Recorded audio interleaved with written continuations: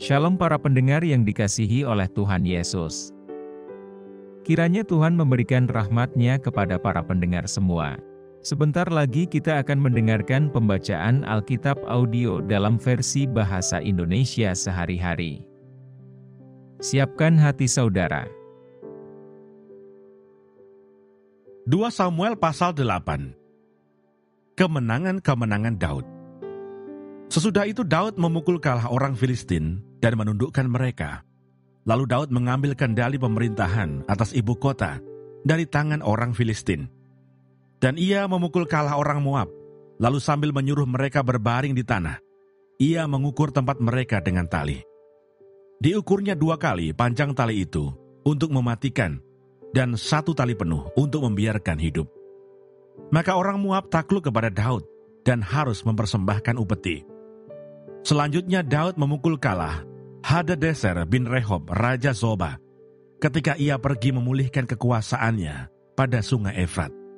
Daud menawan daripadanya 1.700 orang pasukan berkuda dan 20.000 orang pasukan berjalan kaki. Lalu Daud menyuruh memotong urat keting segala kuda kereta, tetapi dengan meninggalkan 100 ekor kuda kereta.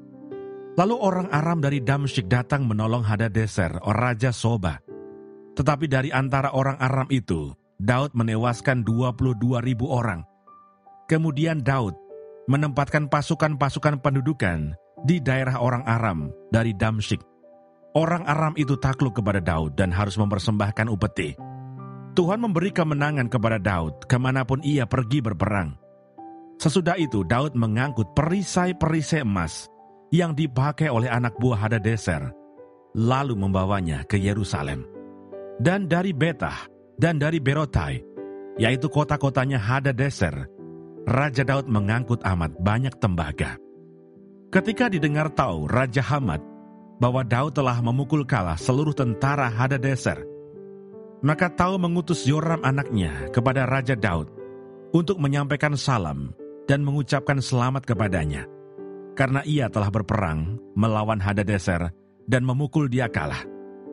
Sebab Hadadezer sering memerangi Tou. Dan Yoram membawa barang-barang perak, emas dan tembaga. Juga barang-barang ini dikhususkan Raja Daud bagi Tuhan, bersama-sama perak dan emas yang berasal dari segala bangsa yang ditaklukkannya, yakni perak dan emas dari orang Aram, dari orang Moab, dari Bani Amon, dari orang Filistin, dari orang Amalek, dan dari jarahan yang dirampas dari Hadadezer bin Rehob, Raja Zoba. Demikianlah Daud mendapat nama, dan ketika ia pulang, ia menewaskan 18.000 orang Edom di lembah Asin. Lalu ia menempatkan pasukan-pasukan pendudukan di Edom. Di seluruh Edom ditempatkannya pasukan-pasukan pendudukan, sehingga seluruh Edom diperbudak oleh Daud. Tuhan memberi kemenangan kepada Daud kemanapun ia pergi berperang. Pegawai-pegawai Daud. Demikianlah Daud telah memerintah atas seluruh Israel dan menegakkan keadilan dan kebenaran bagi seluruh bangsanya. Yoab anak Seruya menjadi panglima, Yosafat bin Ahilud menjadi bendahara negara, Zadok bin Ahitub dan Abimelech bin Abiatar menjadi imam, seraya menjadi panitera negara. Benaya bin Yoyada menjadi panglima orang Kreti dan orang Pleti, dan anak-anak Daud menjadi imam.